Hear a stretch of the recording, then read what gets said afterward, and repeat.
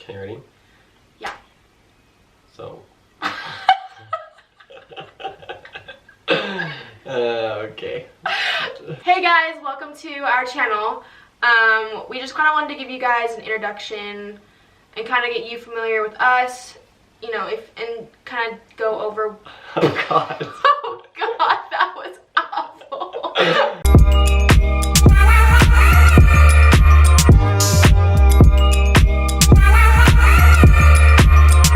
Hi guys, welcome to our YouTube channel. We wanted to kind of do like an introduction video so that you guys would have a video to kind of get to know us and get to know why we wanted to start doing YouTube, and a little bit about me and my sister and the rest of our family. So basically, well, I'm Taylor to start with. Yeah, and I'm Eric. And we live in Salt Lake City, Utah, and I am 19 years old. I'm 23.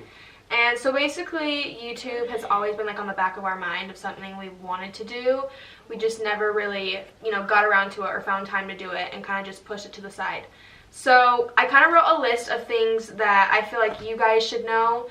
So if you do want to subscribe to us, then you can kind of go along with our life and kind of go along the journey Keep up with what we're doing. Keep up with what we're doing, exactly. Okay, so number one, why did we want to start YouTube?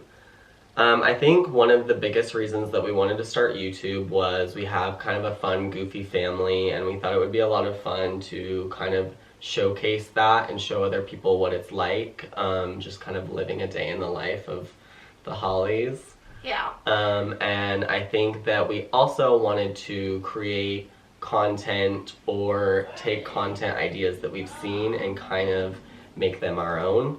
Yeah. So I think those are probably our two top reasons for starting YouTube. Yeah. And we get to do it as brother and sister, which I don't think you see a lot on YouTube. Like, a lot of times you just see, like... You'll see couples, I know. Yeah, I think besides, like, maybe the Dolan twins, there's not a lot of, like, sibling channels that I've seen. Yeah. And the reason why we didn't go into two separate channels was mainly because we do have a lot of interests together. And also, we didn't want any competition of, you know, what are they going to do on their channel. What, you know, like, keeping it separated was never a good idea for us. So we decided if we focus our energy on one channel, you guys would get the best quality content you could and like to watch and enjoy.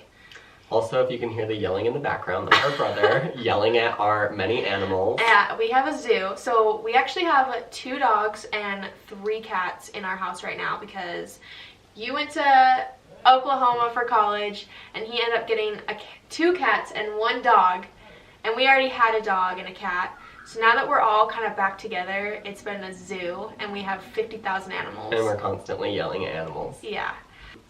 It's mostly going to be us on our YouTube channel, but you will see a lot of like our mom and my brother being a dumbass, but that's mostly who's going to be on our channel. Yeah, you'll probably see a lot of our mom and then our brother because those are the 2 people who are also living in the same house as us. Yeah, our parents are divorced, so my dad, he might be like a special guest or appearance in it, but he lives in a different state, so he comes and goes from time to time. Yeah, we've seen a lot of people and YouTubers post, you know, 2 to 3 times a week. That's not what we're going to be doing. We're going to be trying to post once a week just because, you know, we are doing full-time jobs and we haven't really figured out our schedule and our schedule combining YouTube with it.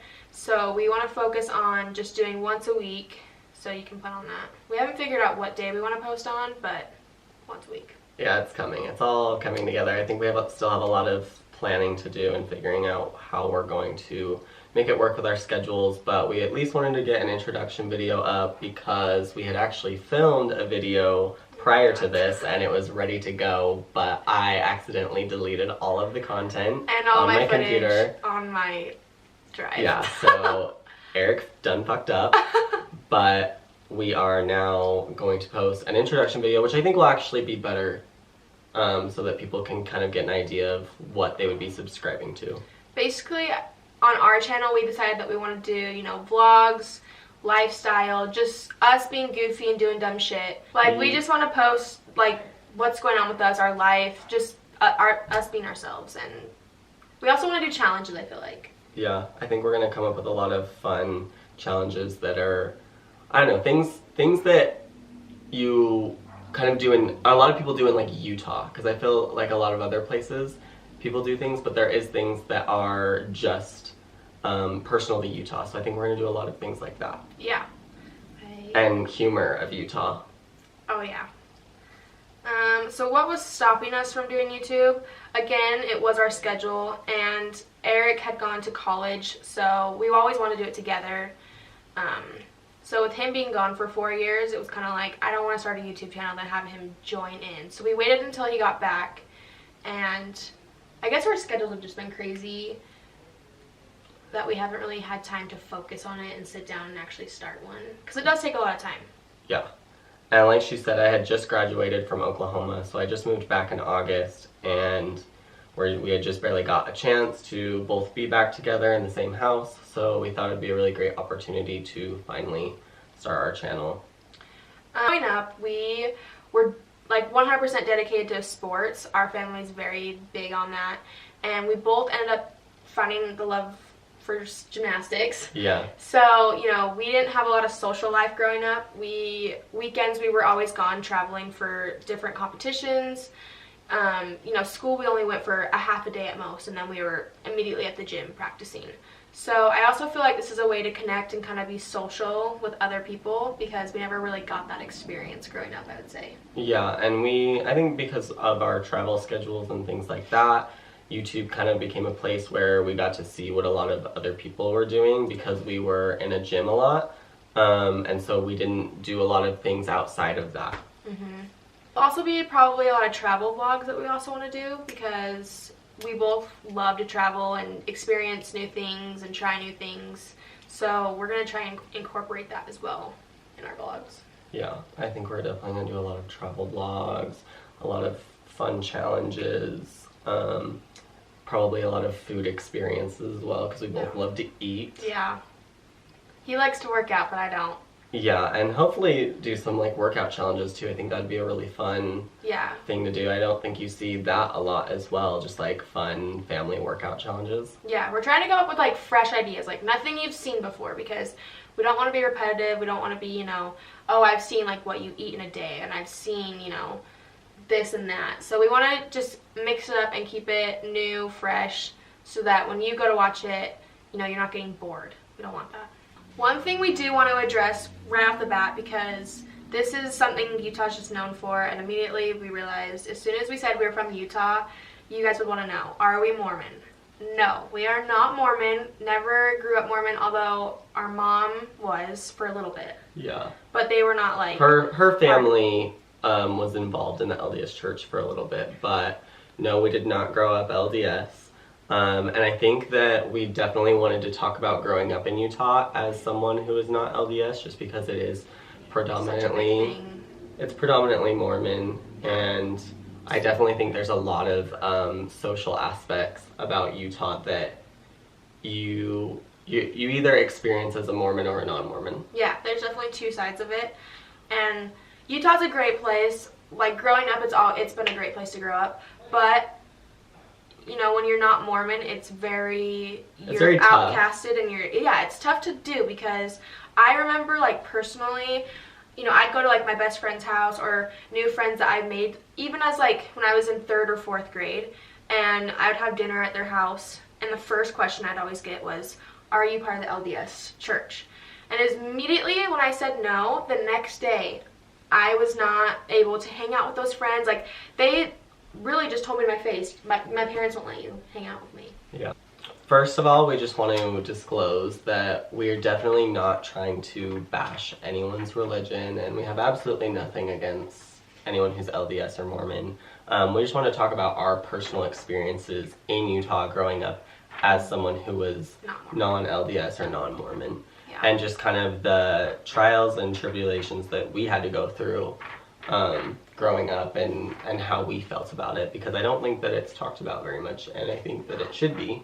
Yeah, I think it's definitely something that should be addressed, and again, these are just our personal experiences, and we don't want to, say this is right, this is wrong, but we're just going to tell you what it felt like for us. Yeah, we don't want to offend anyone or start anything. Yeah, absolutely.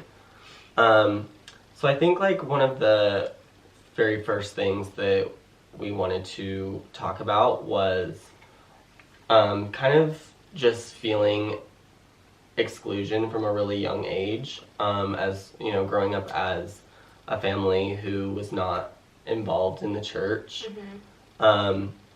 There was so many different things that we saw and didn't really understand that we had to go through. And it's good that we had parents who would sit us down and explain to us, these things in a really, professional and sensitive manner. I think that in the end helped us a lot kind of be like aware, I feel like. Yeah, be aware and be proud of who we were and not be like ashamed, like that we were different or not part of something, like it wasn't a bad thing to not be a part of it. Yeah, kind of taking that exclusion and turning it into, hey, this is what makes me different, and I'm, really proud of that, and I can still get along with all of these people who do have different views than me and live a completely different life than I do. Yeah. And still be really great friends with all of the friends that we do have who are involved in the church. Yeah. Yeah, I think that there's definitely some obstacles that you face growing up in Utah and not, I guess, having that immediate connection with all of your friends. Mm-hmm. And I think for me, kind of the biggest thing that was presented as a challenge to me was growing up gay in Utah, because that is obviously not something that it's kind of been back and forth, is it accepted, is it not accepted, and so that was definitely something that I had to navigate myself and kind of figure out, because I have a lot of really, really great friends who are involved in the church, and I wanted to keep my friendships really close with them, but I also wanted to be my genuine, authentic self. Yeah, and not hide anything. So, like, us as a family always, accepted him and supported him, but, like, I remember there was challenges for you, or, like, when you'd come home upset just because, people didn't think you were born right or you had something wrong with you, which was totally just not okay. And I noticed, like, when you moved to Oklahoma, it was much easier for you rather than here. Like, right. So it's kind of just, I don't know, a change of environment was good for you when you were, going through all that. Yeah, it definitely helped to get a change of scenery and kind of see a different part of the U.S. and how things are different there versus here. Oklahoma and Utah are definitely very similar. They're both pretty conservative, and they're both predominantly religious states. But I definitely had a little bit of an easier transition in Oklahoma with my sexual orientation than I did here. And maybe that was because I was older and I kind of was a lot more okay with who I was at that point. But yeah, I know that a lot of people here face the same challenges because we do have a really big LGBTQIA community here in Utah. Yeah. So at a young age, something that was hard for me to understand and like I always felt left out was, when a lot of my friends would get together for like young women's or ward parties or neighborhood get-togethers that were like specifically for the wards, like that was always hard for me to kind of captivate what it was and like why wasn't I getting to be a part of that. That was something I always found like difficult, and I always felt bad or that. I just think from a young age you didn't really understand why it was that you weren't allowed to go to a lot of these things, and luckily we had two really good parents who sat us down and explained, there's a lot of things that these young people have to go through in order to go to those things, and they talk about scriptures and things from the Book of Mormon that we didn't really understand and we didn't really study and things like that. Yeah. So I think ultimately it was a good thing that we kind of had to go through that, and it made us a lot more aware of what these young people do on a daily basis, and that they do have all of this understanding of what their faith is. And I think that was really important for not only understanding people who were Mormon or LDS, but all religious people, and kind of respecting them, for being so studious with their faith and things like that. Yeah. I also know, like, for me as well, and for, like, both of us, was our, like, dressing attire, like, what we wore. We had to be very, very cautious, like, especially at school or at friends' houses, just because, you know, they have to dress very modest, which is totally okay. But for me, I always, you know, I would wear, like, the spaghetti strap tank tops, but, you know, if I wore that, I had to make sure I wore it with something to cover it, because, you know, showing a lot of skin just wasn't, like... Yeah, I think at a young age, dressing and clothing was definitely a tough subject because our parents, you know, they did have boundaries as far as what we could wear and what was appropriate, but I don't think it was quite as... strong. Yeah, I don't think the rules were quite as strong for us as it was for a lot of other people growing up. Yeah. I mean, things like two-piece tank tops versus one-piece tank tops, and spaghetti straps versus, you know, thick strap tank tops, and, you know, things like that, and or like certain types of underwear or length of skirts below your knees, like yeah, stuff like, or like dresses, for instance. Like, that was always like difficult. I know, because like when I would lounge around my house, you know, I just put like on a tank top and like, you know, shorty shorts and then called it good. But yeah, you know, if I went to like a friend's house and wanted to hang out with them, I'd make sure I it's not that I had to, but I made sure that I did change because I didn't want to feel uncomfortable. Yeah, and I think that was a really big thing whenever we, you know, had sleepovers or went to our friend's house or went on trips with our friends, is we had to definitely be very cautious and aware of what we were bringing and how we were going to kind of portray ourselves, and we definitely didn't want to offend them or their family, so we did have to kind of work around that, and it was tough because when you go from being in a family, you know, where things are so different, you're not prepared for a lot of those things that you just face, and you're like, oh, what do I do in this situation, especially, like I said, from a really young age. Yeah, like I remember it was like our fields day at school, and all the swimsuits I had purchased were like two pieces because, you know, growing up, that's what, like, my family, like, such as my cousins or mom, like, they wore two pieces, so that's what I thought was appropriate for me.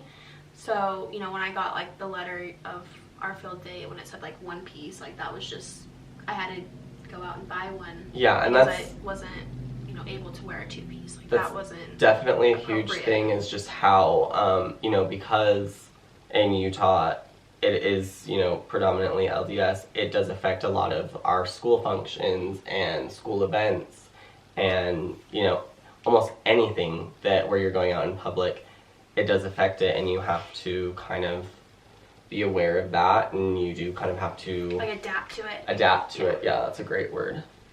I think the other really big thing when we were young is the idea of drinking caffeinated soda or coffee. Yeah. You know, we, like I said, we grew up in a family where caffeinated soda wasn't, you know, bad thing. yeah, it wasn't seen as bad. It was just seen as like another drink that you could have. You know, yeah. It wasn't gonna do anything. Yeah, it wasn't seen as like detrimental, I guess is a good word for it. Yeah. And I know that with a lot of my other friends, you know, they weren't allowed to have caffeinated soda pop or drink coffee or tea or things like that. And like I said, from a young age, you just don't really understand the, you know, why behind that. And I think that as we got older, we started to, I know that I definitely started to look a lot of stuff up online as far as trying to understand the LDS Church and the Book of Mormon. And ask my friends, like, a lot of my friends, I would just ask them and be like, you know, why can't you have this? Like, give me some background. Because I was always curious, you know, I wanted to know why, you know. Right, and you kind of had to navigate that carefully because you almost didn't want to ask in, like, a way that... offended them. Yeah, that felt like they were being attacked, but you, like you said, there was a lot of curiosity there, and because we were traveling so much at such a young age, it wasn't like that anywhere else. It was only like that here in Utah. Yeah, I know, like, especially, like, we'd go to different states and see, you know, like, we'd go in the gas station, you know, to get, like, a Slurpee or whatever it was, and I would see, like, alcohol being sold at that gas station. Like, that was different because here in Utah, that's not really a thing. You don't see a lot of that, and you don't see like a lot of liquor stores. You know, you see more like churches rather than liquor stores. Where in other states it was kind of you're definitely not going to see as many temples and churches and things like that. Like there are, but I think here it's definitely a different environment. It's definitely a different environment. Yeah. I know one thing that I always told my parents was if I was going to have friends over, like I would basically kind of command them, like, you can't drink, you can't swear, you can't do anything, because it wasn't like I didn't want to offend them, and also I didn't want to make them feel uncomfortable, because I wanted to respect like their religion, and I wanted to, you know.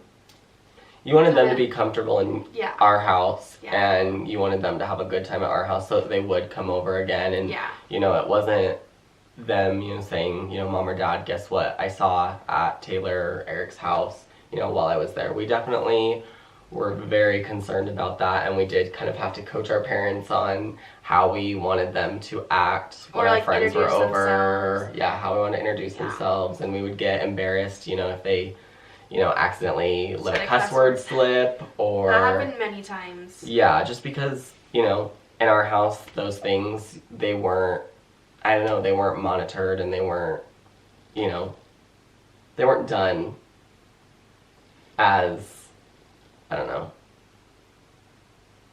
what I was trying to say there, but...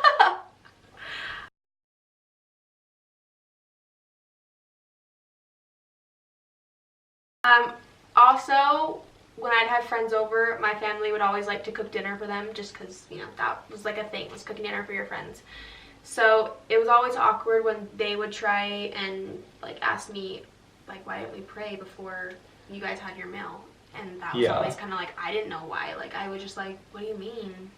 Why didn't we pray, you know? Yeah, there is definitely some tough, I don't know, subjects.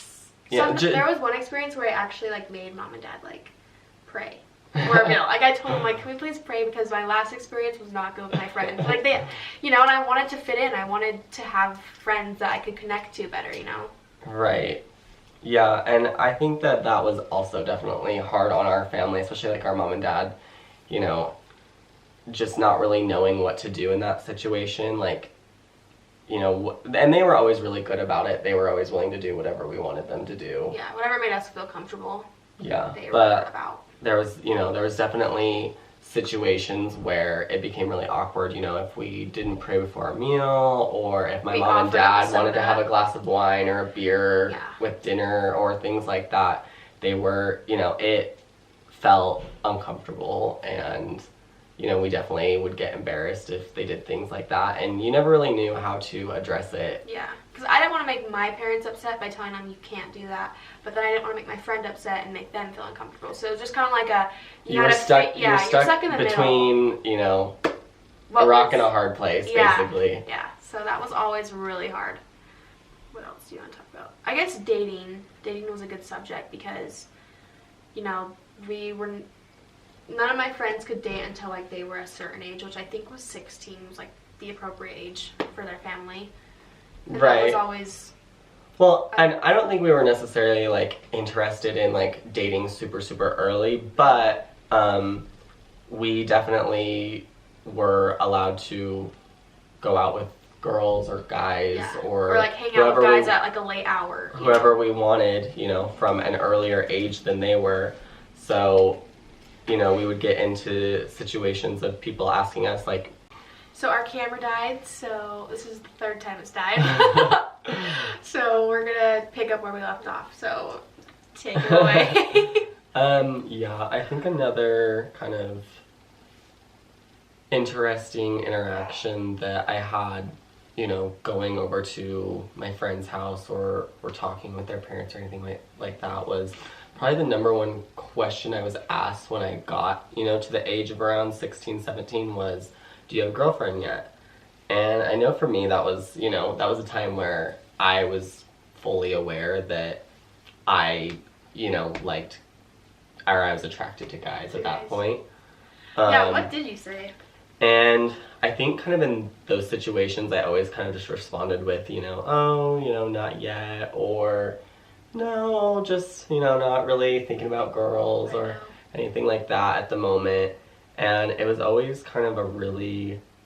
I actually remember, like, being asked, like, about you, too, with my friends. Yeah, it was always a really delicate subject because obviously, you know, growing up, I was very sure of myself and I never really cared what people thought of me. So I know that there was always, you know, rumors and this and that, like, tossed around. And so it definitely became a delicate subject because, you know, I pretty much got to the point where I just didn't want to even get to that question, so I would always kind of dance my way around it or avoid it at all costs. And now I think I've gotten so comfortable with who I am that I kind of am just like, oh no, I'm actually gay, or, you know, I like guys, or I had a boyfriend a few months ago, so I would just kind of respond with, I have a boyfriend, or things like that. And I know that I definitely feel much better about how I can respond now, and I'm at an age where,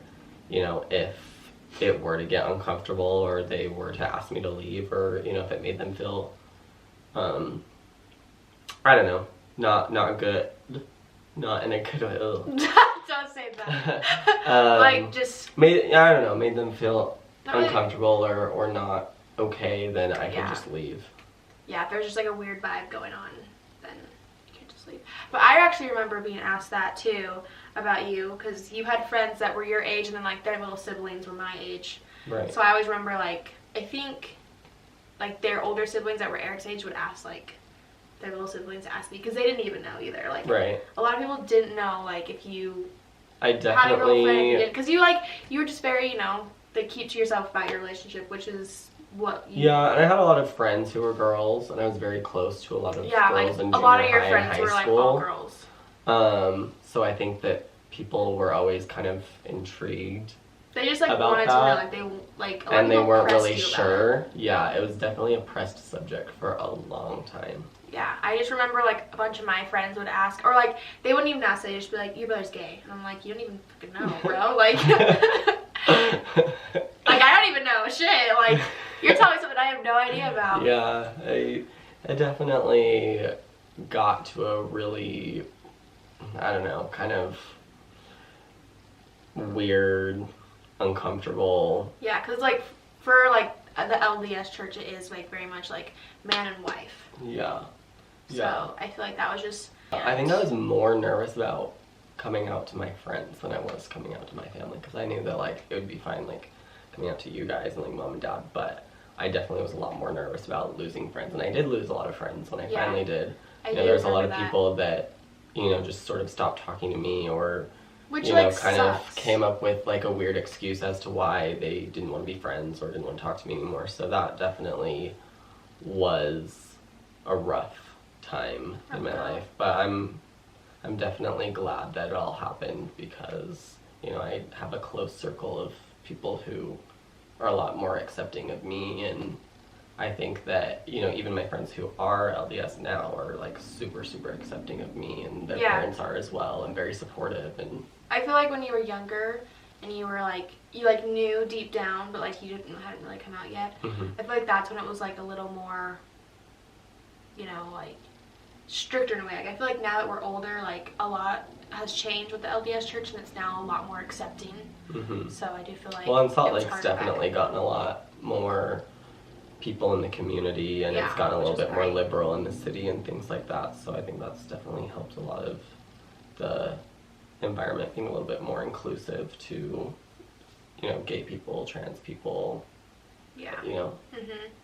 I also remember just like being told by like some of my friends, like, you can't move in with anybody or, you know, have like any sexual intercourse until like you're married, which a lot of like my family and, you know, like cousins, aunts, like they moved in together before they were like... Yeah, we definitely have like a lot of cousins and even like our family, like our aunts and uncles who are, you know, moved in together before marriage, or, you know, they definitely had talked about the subject of like premarital sex and things like that, and it was never like something that was seen as negative or anything with us or in our family. It was just always like, you know, we talked about it, and we talked about, you know, what it all meant, and you know, maybe this is a good idea, maybe this isn't a good idea for these reasons, but it was never like, oh, you can't do this until you're married.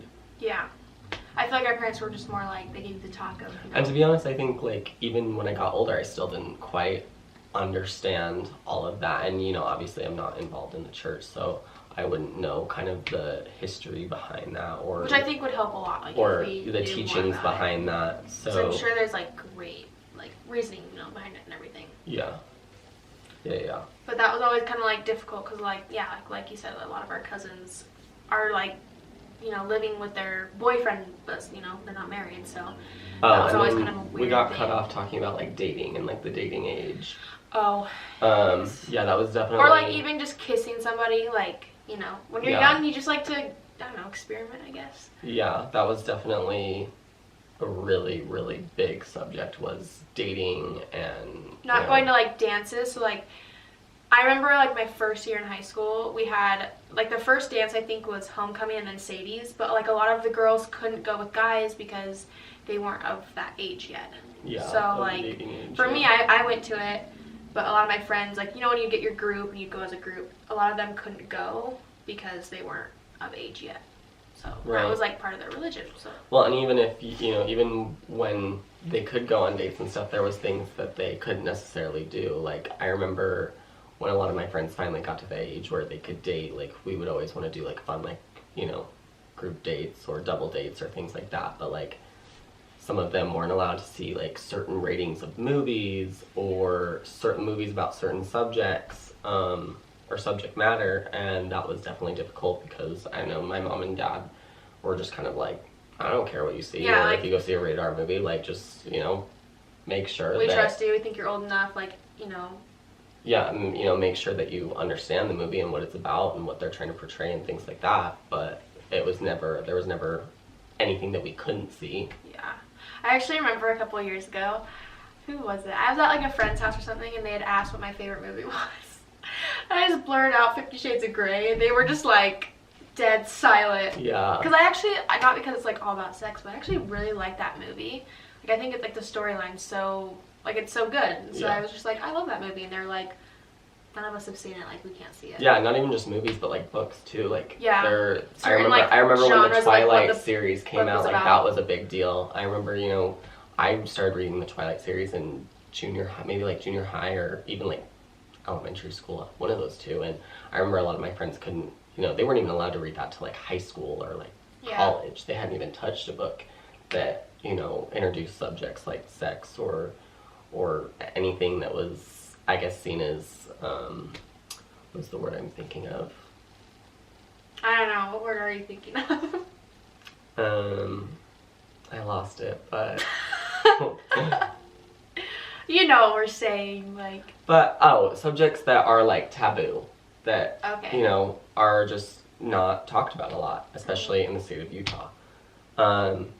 Yeah, so those were definitely, I think, probably the biggest experiences that we kind of had to navigate around. I feel like we were also kind of like ahead of people like our age as far as like subjects like that. Like we knew a lot more than like they did, just because it was so like held back for them. Yeah, we definitely, well, and our parents like talked to us about, you know, they made sure we were very informed. Like they always talked to us about things a lot earlier, I think, than a lot of our other friends. So we were very educated in a lot of those things before our friends were, and that definitely was interesting when they were finally able to talk about that, because you were like, oh wow, like I mean, like me and my parents talked about this a while ago, you know, things like condoms and sex and drinking and drugs and things like that. So, and you know, I think that, you know, even though we talked about it earlier, like our parents still had a lot of the same values of like, you know, it probably isn't a good idea to do these things because then you know, may go down this road and that's not where you want to be. And yeah, I feel like they talked to us a lot about those subjects, but it's not like they, you know, told us like it was okay to go do, you know, if we wanted to do it, we could.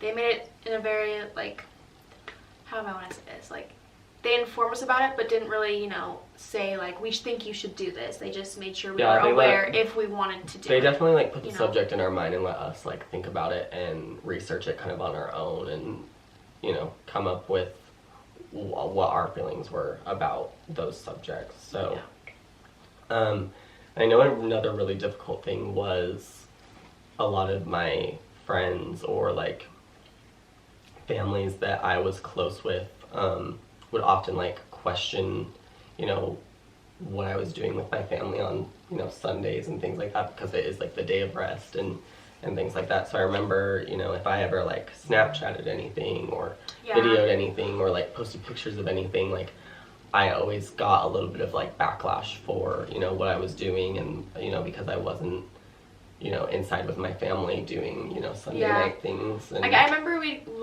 for us, our family always went to, like, movies on Sunday. Mm-hmm. So I remember, like, I posted something on, like, my Snapchat or something of us going to a movie, and I got, like, a lot of questions from, like, people, like, why aren't you at home, or, just things like that. And it was our day off, like, our whole family's day off. My parents didn't have work, we didn't have any sports or school, so it's kind of like our day when we would go out and do things, or even just go up, like, the canyon or whatever it was. But I remember I always got, like, questions about and it. in Utah there really wasn't a lot to do on Sundays because everything's closed. That was also hard. Like, when we would travel for gymnastics, we would travel to, like, California or Florida, and, like, there it's very different. Sunday's just a regular day. It's, you do whatever you need to do. Restaurants are open, stores are open. Basically everything's open on Sundays. But here, it's definitely not that way. I remember going to Oklahoma, and that was a really big shock to me. It was like, oh my gosh, like, I can go anywhere on a Sunday. Or, and, like, everything's I noticed, like, I remember for you, like, your first week in college, for us, like, you don't have anything on Sunday. Like, you don't have your sports, you don't have anything, but for you, you were like, I have practice on Sundays. Yeah. So for us, like, that was really weird to hear. Like, you don't have Sundays off? Like, that's crazy. Well, and that was also, like, one of the first questions that my coach had asked me was, are you LDS, and will you have an issue with us having practice on Sundays? Because he had a gymnast previously that was LDS and, wasn't comfortable with practicing on Sundays. So I think that, even, like, outside of Utah, people know, like, these things. Yeah.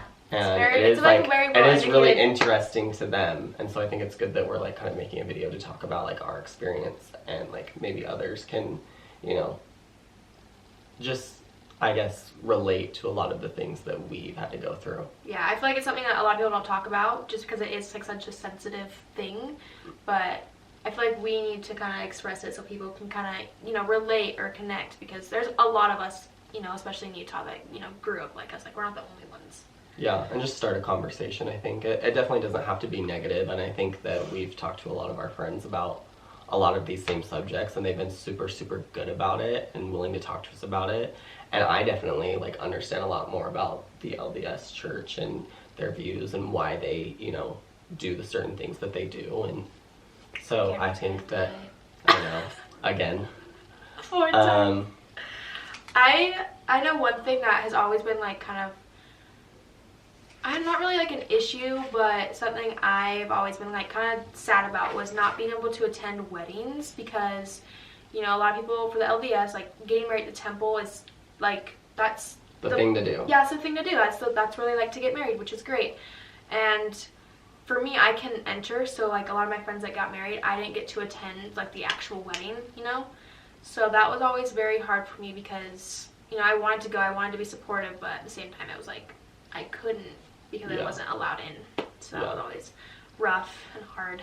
Yeah, and I think from even, like, when we were young and we would go to, the top of our hill where all the really beautiful views were, there was, like, this big temple that we weren't allowed to go in, and it had, like, all this beautiful architecture. Yeah, and it's, like, a main attraction of Salt Lake, plants and things like that. Yeah, we always thought they were so beautiful, but we weren't ever allowed to, like, go inside and actually see the inside of them. Well, I've always heard things from my friends about, like, the inside of the temple, but, I'm still curious. Like, I still today, I want to go in there, because for me, like, the Salt Lake City Temple, it's, it's a main attraction here, and I've seen a bunch of temples everywhere, like, that I've gone, I've seen a bunch, And I still think Salt Lakes is one of like the prettiest, but I've Right. never gotten to go in. And I live here, which is like so frustrating. I want to go in, you know? Yeah, you definitely, I think, you know, being around it so long, you are really curious to see like what it's like inside and things like that. So yeah. And it's to this day, like, it's always hard seeing, you know, Snapchats of people walking out of the temple getting married, and it's like, all my friends are there, but I'm not. Yeah, you know? don't really get to experience that like part of.